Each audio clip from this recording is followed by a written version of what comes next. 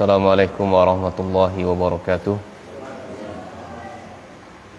Innal hamdalillahi nahmaduhu wa nasta'inuhu wa nastaghfiruh wa na'udzu billahi min shururi anfusina wa min sayyiati a'malina. May yahdihillahu fala mudilla lahu wa may yudlil fala hadiya lahu. Asyhadu an la ilaha illallah wahdahu la syarika lah wa asyhadu anna Muhammadan abduhu wa rasuluh. Wa sallallahu subhanahu wa ta'ala aymunna alaina bi'ilmin nafi' wa amalin salih wa yafaqihna fid din wa aftalana futuhal arifin wa yarzuqna al-ikhlasa fil aqwali wal a'mali. Allahumma amin. Alhamdulillah bitaufiqillah subhanahu wa ta'ala, malam ini kita kembali melanjutkan pembahasan akidah, dan tema kita yakni membahas tentang sahabat Nabi sallallahu alaihi wasallam. Di antara akidah Ahlussunnah wal Jamaah, yakni mereka di dalam beragama sebagaimana para sahabat Nabi sallallahu alaihi wasallam beragama.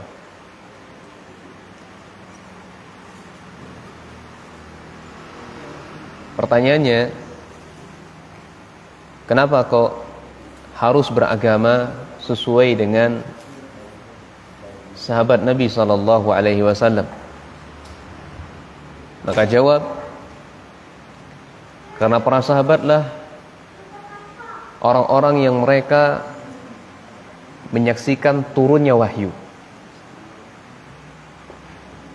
Mereka lah yang menyaksikan di mana, di tempat apa, dalam peristiwa apa ayat itu turun. Ini alasannya. Kemudian alasan kedua, mereka sahabat Nabi sallallahu alaihi wasallam sehari-harinya bersama Rasul sallallahu alaihi wasallam.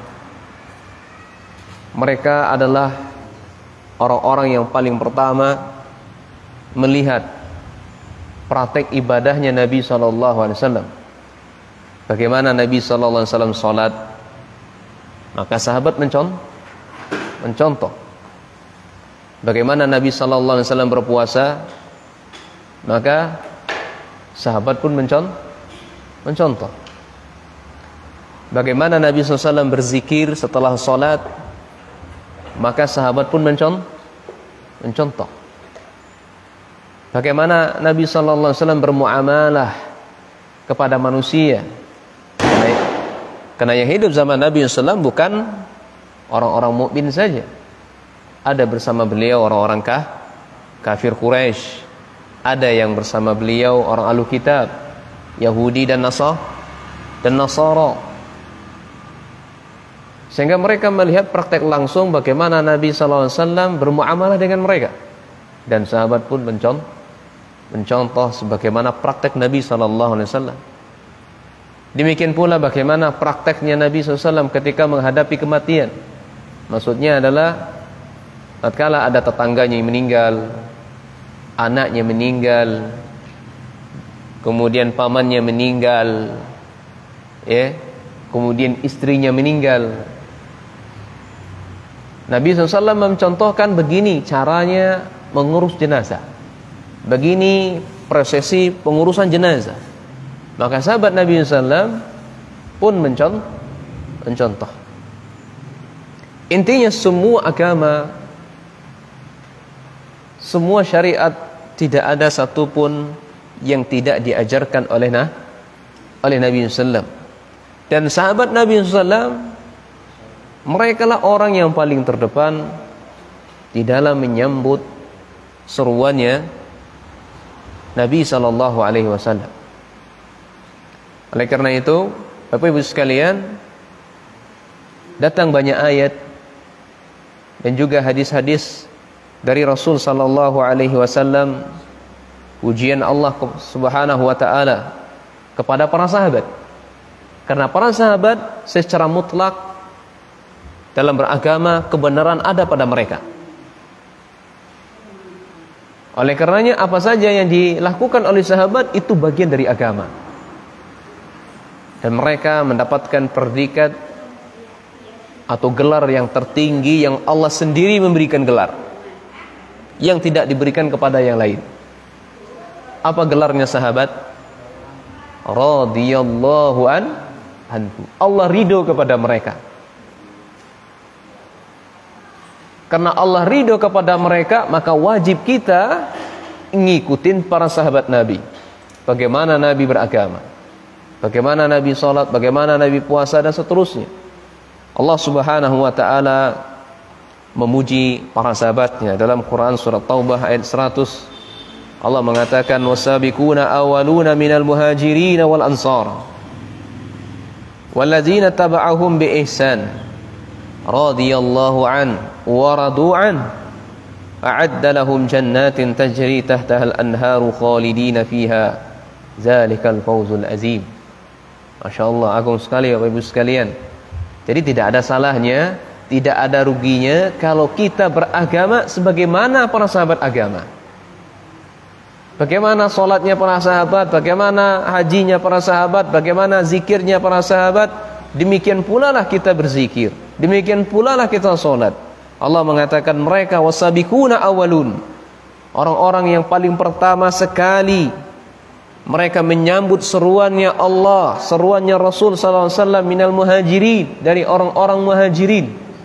Orang-orang muhajirin itu orang-orang yang bersama Nabi sallallahu alaihi wasallam hijrah dari Mekah menuju Madinah. Wal ansar, dan orang-orang ansar dari kalangan ansar, orang-orang yang menolong orang-orang yang hijrah dari Mekah. Dua golongan sahabat ini termasuk sahabat yang paling utama.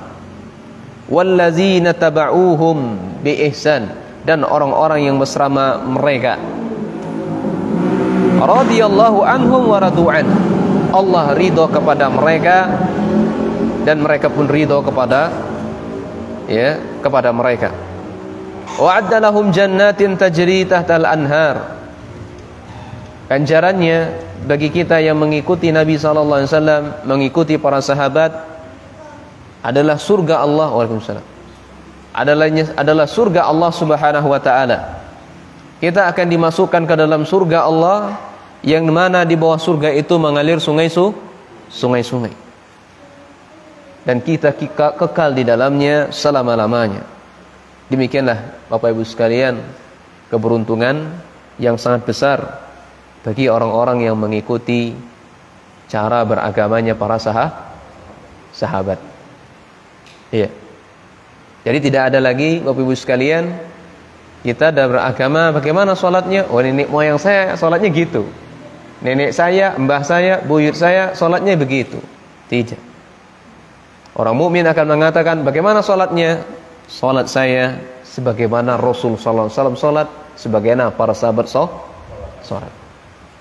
Puasa saya bagaimana Rasul sallallahu alaihi wasallam dan sahabat sholat puasa, seperti itu pun saya puasa.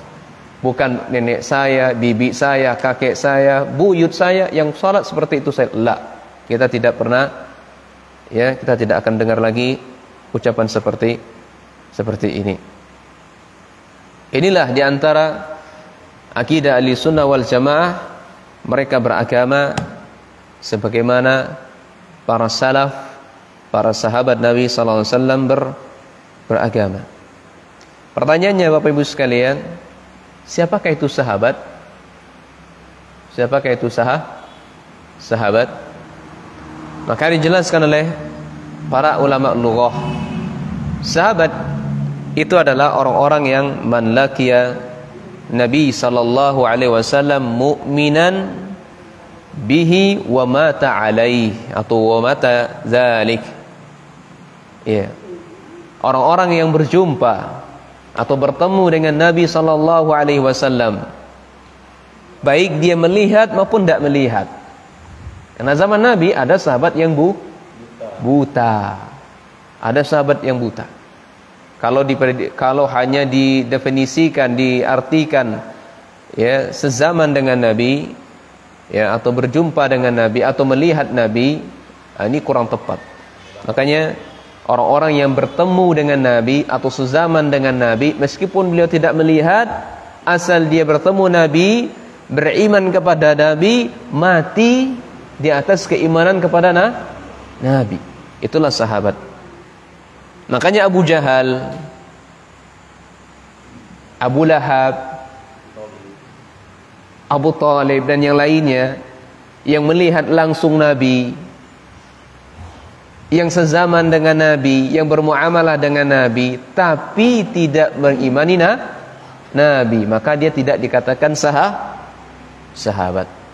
Jadi sahabat itu, Bapak Ibu sekalian, hanya bagi orang yang berjumpa dengan Nabi, sezaman dengan Nabi, melihat maupun tidak melihat, selama dia beriman kepada Nabi SAW dan mati di atas keimanan kepada Nabi SAW, maka dia sahabat Nabi SAW. Baik. Kemudian apa sih keutamaan dari sahabat Nabi SAW?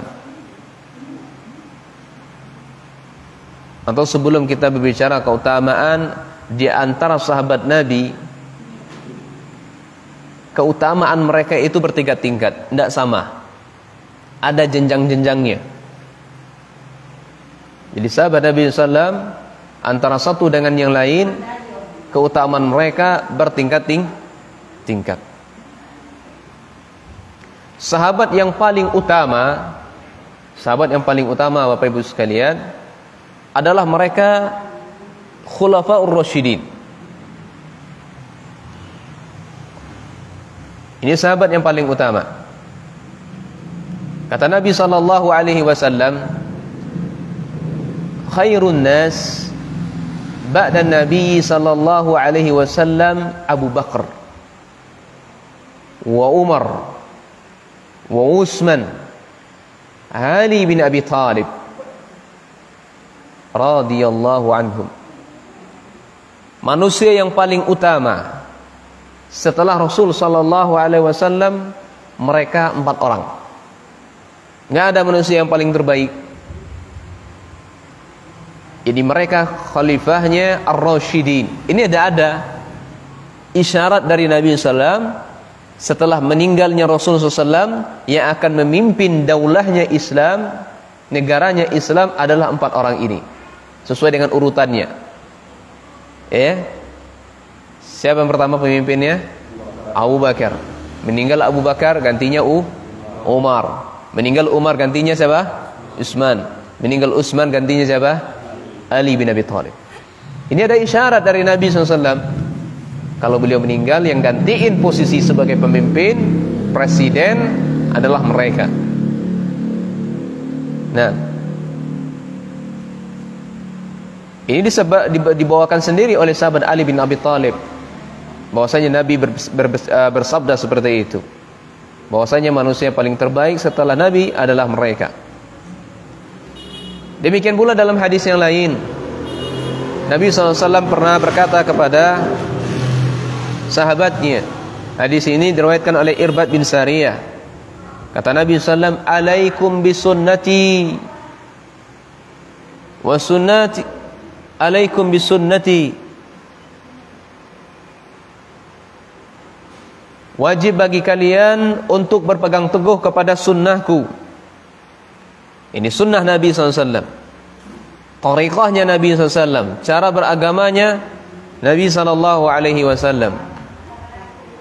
Wa sunnati khulafa'il mahdiyyin ar-rasyidin, dan sunnahnya khulafa, pemimpin pengganti saya, yang mereka al-mahdiyyin, yang mendapatkan petunjuk dari Allah, yang rasyidin, yang mereka sangat kokoh.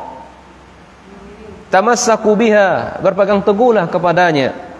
Wa'addu 'alaiha bin nawajis, dan gigitlah sunnah-sunnah mereka dengan gigi geraham. Artinya enggak boleh kita lepas sunnah-sunnah beliau dalam kehidupan kita. Nah, ini dalil-dalil tentang keutamaan sahabat Khulafa ar-Rasyidin. Jadi tingkatan mereka bertingkat-tingkat. Yang paling pertama sahabat Abu Bakar, Umar, Utsman dan Ali. Kemudian tingkatan yang kedua, jadi sahabat yang dijamin oleh Allah masuk surga. Ada 10 sahabat yang dijamin oleh Allah untuk masuk surga. Ya. Yang pertama, kedua dan tiga dan empat adalah Khulafa ar-Rasyidin tadi.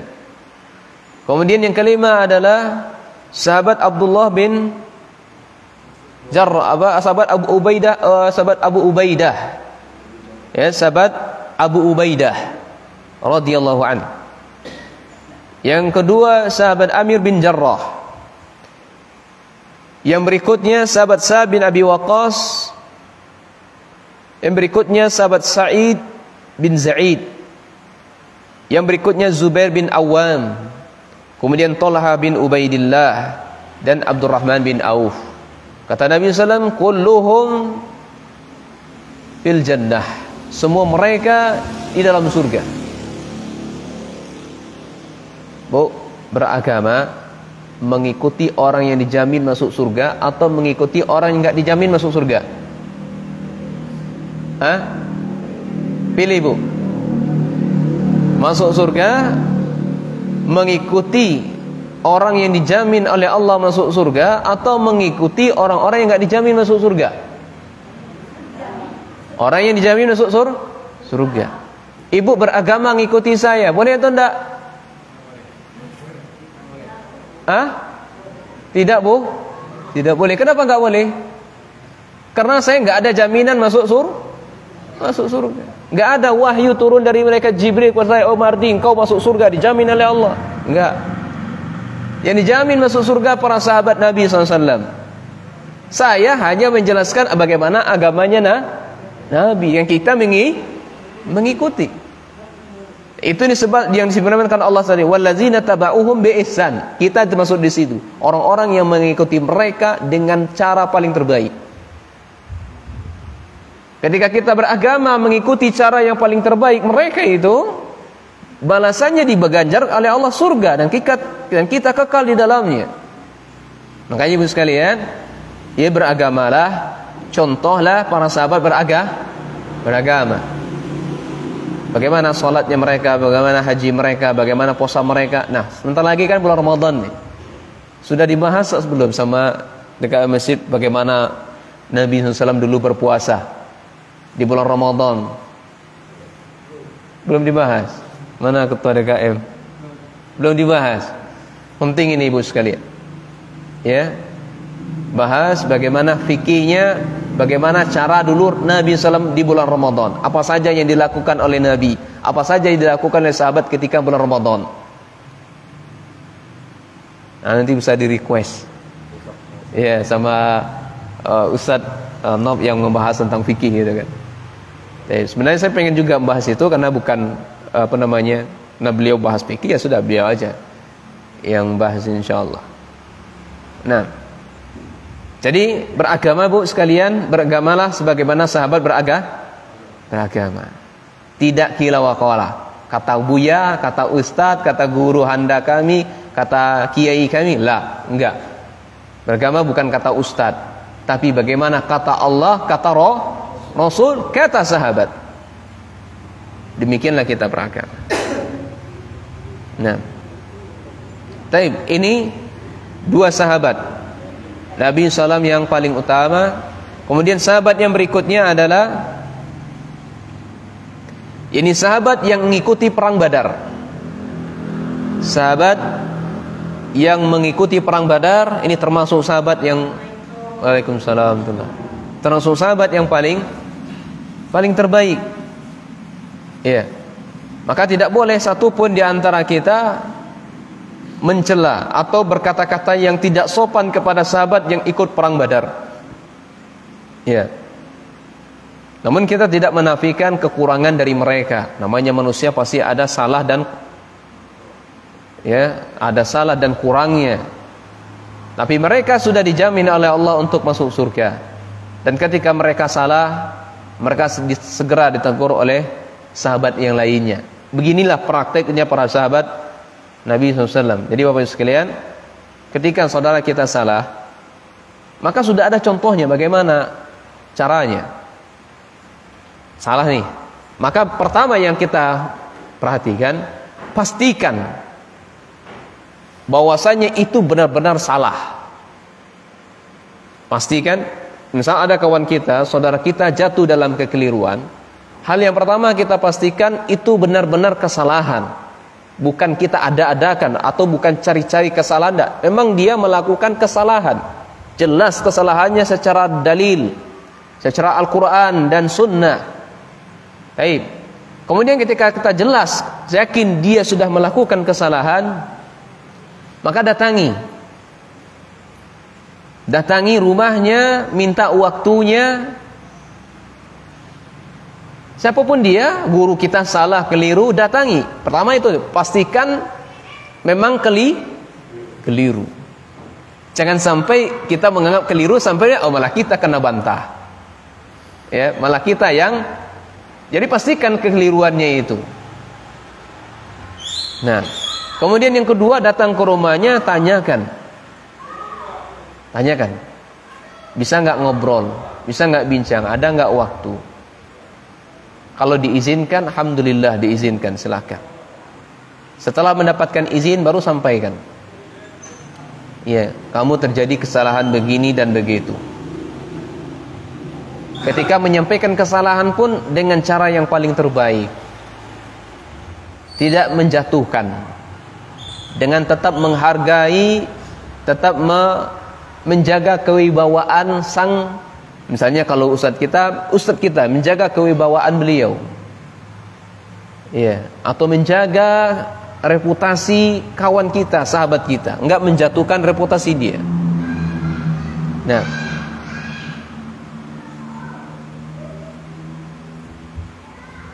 kemudian yang berikutnya adalah jangan pernah disebarkan kesalahan mereka di forum umum. Di atas mimbar-mimbar. Kalau zaman sekarang itu dengan media sosial, Facebook kah atau apakah, enggak boleh. Iya, selama syarat yang kita tempuh tadi berjalan dengan baik. Namun ketika syarat ini tidak ditempuh dengan baik, maka enggak masalah di forum umum. Ya. Tidak masalah di forum umum. Itu dalam rangka jangan sampai orang-orang pun terlibat, terjatuh ke dalam lubang yang sama. Ya. Itu dalam rangka jangan sampai orang lain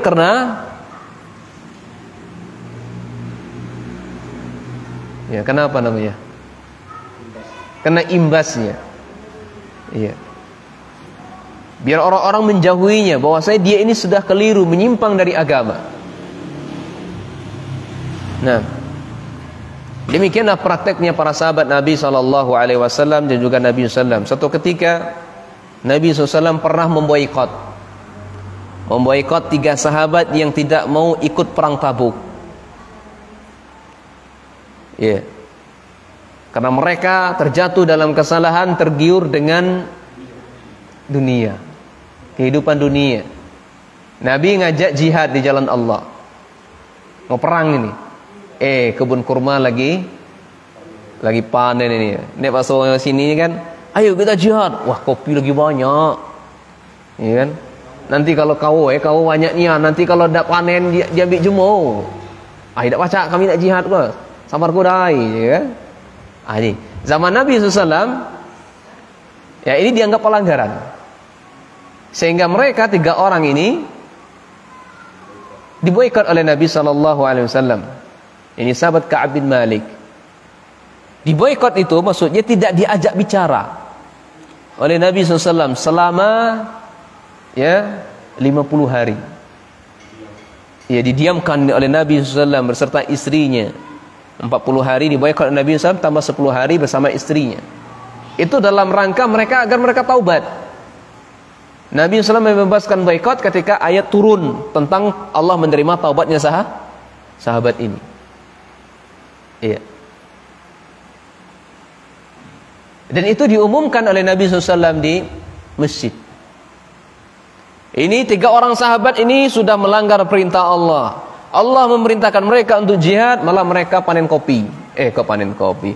Malah mereka panen kurma. Karena sahabat dulu nggak ada kopi, Bu. Nggak ada kopi di sana. Di Arab nggak ada kopi, adanya kurma. Ya kan? Ini sahabat ini 3 orang ini jangan kalian ajak bicara. Gimana, Bu? Selama 1 bulan lebih, 1 pun orang nggak boleh bicara dengannya. Pak, beli air berapa, Pak? Nggak dilayani, diam saja. Lu gimana coba itu?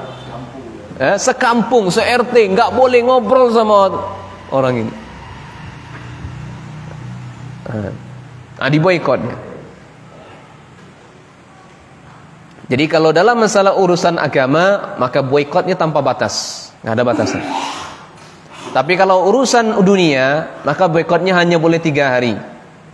Dalam urusan dunia, Bu, ya, masalah mungkin saingan dagang atau apa, dagang bakso sampai kiri ini laris apa, boikot misalnya gitu kan, bolehnya 3 hari. Atau masalah keinjak kaki atau apa, itu marah dia kan, diboikot, tidak diajak bicara, bolehnya 3 hari. Lebih 3 hari jatuhnya dalam hal dosa, keharaman jadinya. Baik. Namun kita akan melihat ketika boikot ini dalam agama, saudara kita tidak juga mau berubah, ya, nggak mau berubah nih, maka malah tambah jadi-jadi, maka boikotnya ditinggalkan. Ya, saudara kita salah nih. Ini orangnya kok, ya, sudah setahun kok nggak ngol-ngol ngaji nih, ngapa ini? Ini kan, udah setahun nggak pernah nongol, nggak pernah hadir di pengajian, gimana ini? Ya, maka boikotnya ditinggalkan, didekati lagi, dimampiri lagi, ditanyain, seterusnya. Ya, diajak lagi, ayolah begitu.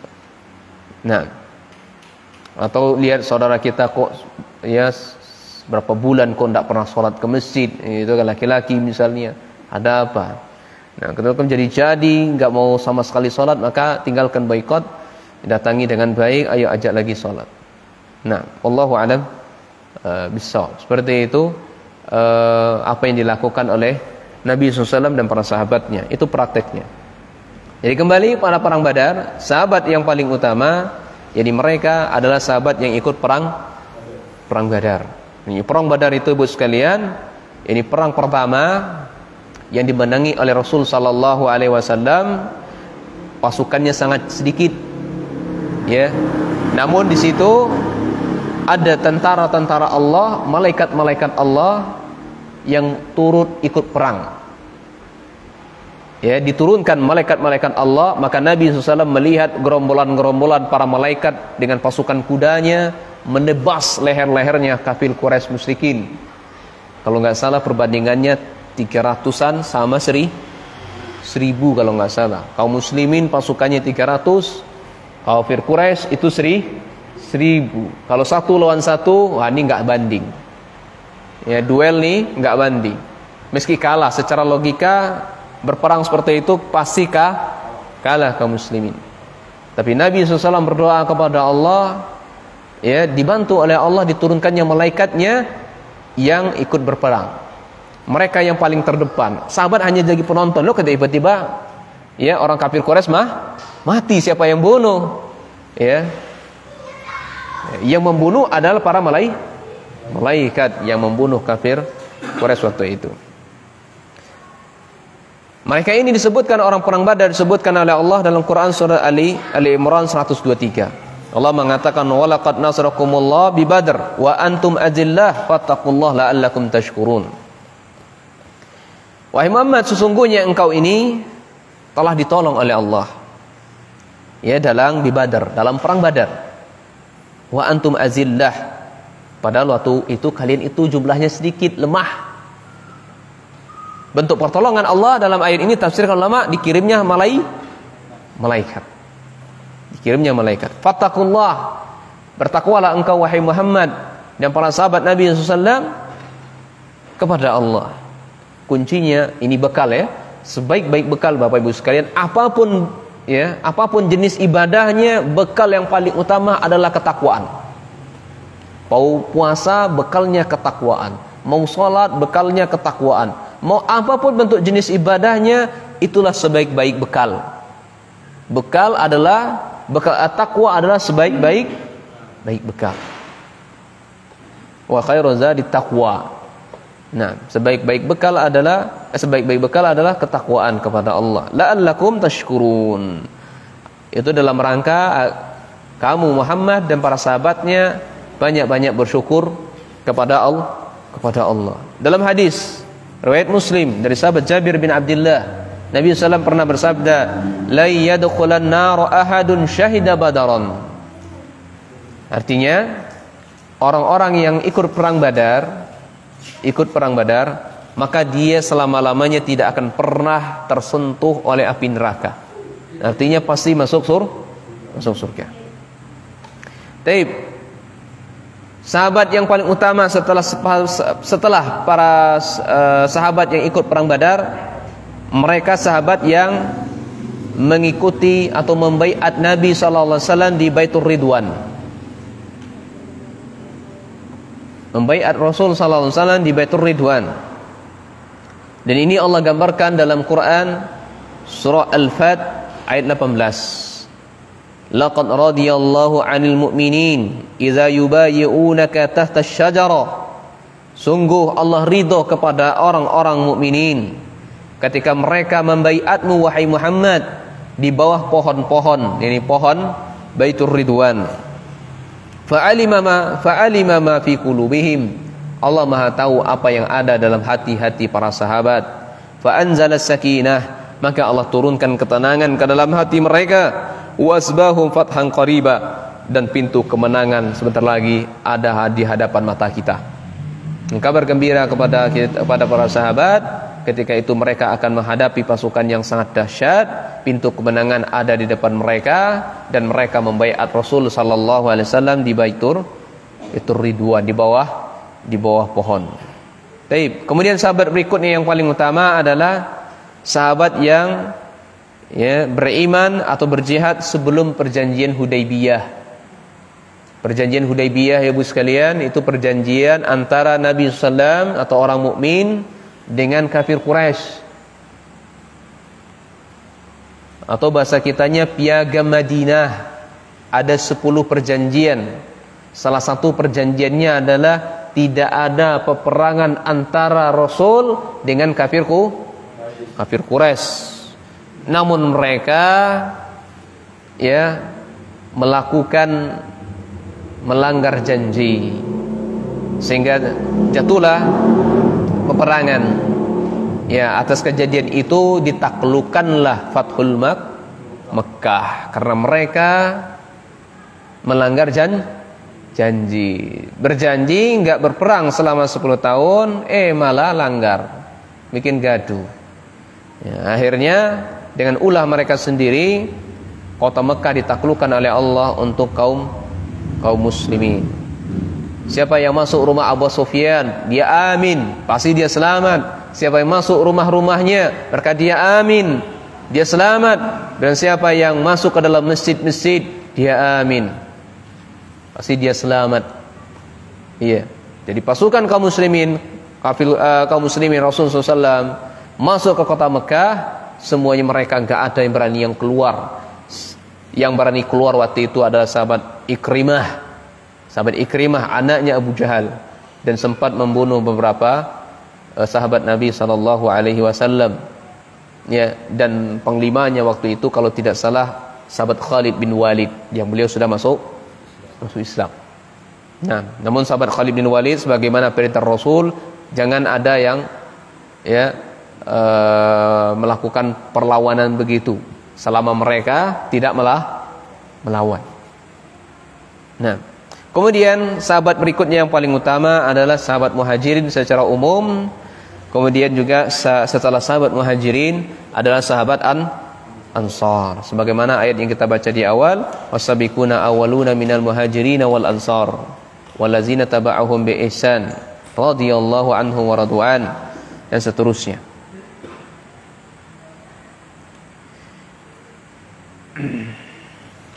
Baik, sekarang kita akan berbicara dalil-dalil yang menjelaskan keutamaan sahabat Nabi sallallahu alaihi wasallam. Yang pertama, bahwasanya manusia yang paling terbaik setelah Rasul siapa? Sahabat Nabi sallallahu alaihi wasallam. Kata Nabi sallallahu alaihi wasallam,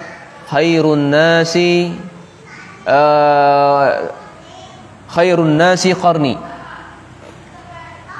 summa alladhi yalunahum, summa alladhi yalunahum, summa alladhi yalunahum. Sebaik-baik generasi itu zaman saya. Ini kata Nabi nih, Bu. Sebaik-baik umat, sebaik-baik generasi itu zamannya Rasul. Siapa maksudnya? Generasi zaman Rasul siapa? Sahabat Nabi SAW. Thumma alladhi yalunahum. Kemudian orang-orang setelah mereka. Setelah sahabat siapa? Tabi'in. Thumma alladhi yalunahum. Kemudian orang setelah mereka. Tabi'in.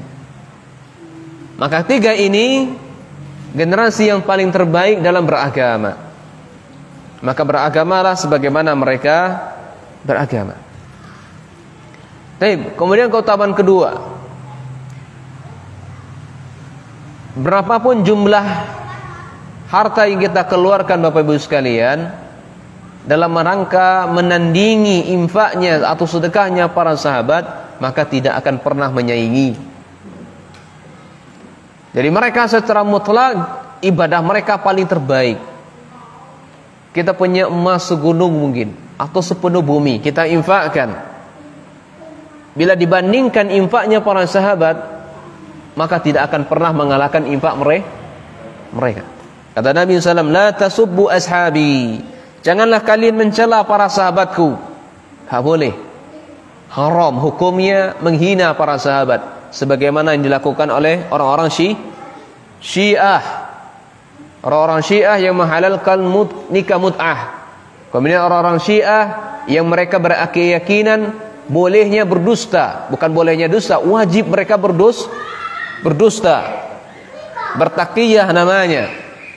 Mereka mencela Abu Bakar As-Siddiq, mereka mencela sahabat Umar bin Abi Khattab, mereka mencela sahabat Utsman, mencela sahabat yang lainnya. Yang mereka agung-agungkan adalah sahabat Ali bin Abi Thalib, dan mereka menganggap sahabat Ali bin Abi Thalib adalah Tuhan, sesembahan mereka. Manusia mereka jadikan sesembahan. Maka dikatakan oleh Nabi SAW, jangan pernah kalian sama sekali mencela sahabat saya. Fawallazi nafsi Muhammadin biyadih, demi zat jiwa Muhammad berada di tangan Allah. Lau anfaqa ahadakum misla uhudin zahaban ma balagha mudda ahadin wala nasifah. Sekiranya kalian berinfak sebesar gunung Uhud berupa emas, ya, ma balagha mudda ahadihim wala nasifah, niscaya kalian tidak akan pernah menandinginya para sahabat Nabi, meskipun itu setengahnya, enggak akan pernah menandingi infaknya para sahabat Nabi SAW. Kemudian diantara faedahnya juga atau keutamaan juga sahabat Nabi SAW, kita diperintahkan oleh beliau untuk mengikuti jejaknya para sahabat dalam beragama. Pegang agama mereka dengan sekuat-kuatnya dengan gigi geraham. Alaikum bisunnati wa sunnati khulafa al-mahdiyin ar-rasyidin tamassaku biha adu 'alaiha bin nawajis, bagaimana hadis yang kita sudah baca. Kemudian dalam hadis lainnya Bapak Ibu sekalian, ya, orang Yahudi mereka terpecah menjadi 71 golongan. Orang Nasara mereka terpecah menjadi 72 golongan. Dan kaum muslimin mereka terpecah menjadi 73 golongan. Maksudnya 70 kelompok. Ya. Maka kata Nabi SAW, kulluha atau kulluhum finnar. Semua mereka di neraka. Illa wahidah, kecuali satu. Iya. Sahabat bertanya, ya Rasulullah, siapakah orang yang selamat itu? Yang satu itu siapa? Maka kata Nabi SAW, ma ana alaihi wa ashabi. Orang-orang yang mereka mengikuti saya dalam beragama, orang-orang yang mengikuti sahabat saya dalam agama. Yahudi 71 kelompok, banyaknya enggak terhitung. Dari kalangan mereka ada yang beriman, yang mengikuti ajaran-ajaran Nabi mereka. Kelompok Yahudi, Banu Israel, orang-orang yang mengikuti ajaran Nabi mereka. Banu Israel kan banyak, mulai dari keturunan Nabi Yakub alaihi salatu wassalam sampai kepada Nabi Isa alaihi salatu wassalam. Ya, itu keturunan Banu Israel. Ya. Selama mereka berpegang teguh dengan ajaran agama Nabi mereka, mereka dijamin oleh Allah masuk surga. Demikian pula orang Nasrani, ya, mereka juga masuk surga satu golongan saja, yang mengikuti ajaran Nabi mereka. Adapun kita Nasara sekarang ini, mereka bukan mengikuti ajaran Nabi mereka. Ketika ajaran Islam diutusnya Nabi SAW, maka orang Nasrani wajib mengikuti Nabi SAW, dan umat Islam pun mereka terpecah menjadi 73 golongan. Semua umat Islam tadi, kata Nabi SAW, semuanya di neraka. Yang selamat hanya satu, ibu sekalian. Siapakah mereka? Orang-orang yang mengikuti ajarannya Nabi, orang-orang yang mengikuti ajarannya para sahabat. Ini orang-orang yang selamat. Coba kalau dihitung, ada yang namanya Islam HTI, Islam Ikhwani Muslimin, Islamnya Haraki, Islamnya Jemaah Tabligh, Islamnya LDDI, Islamnya apa lagi? Ya, mereka Syiah juga mengaku Islam juga kan? Islam juga mengaku Islam juga. Kemudian Islam apa lagi?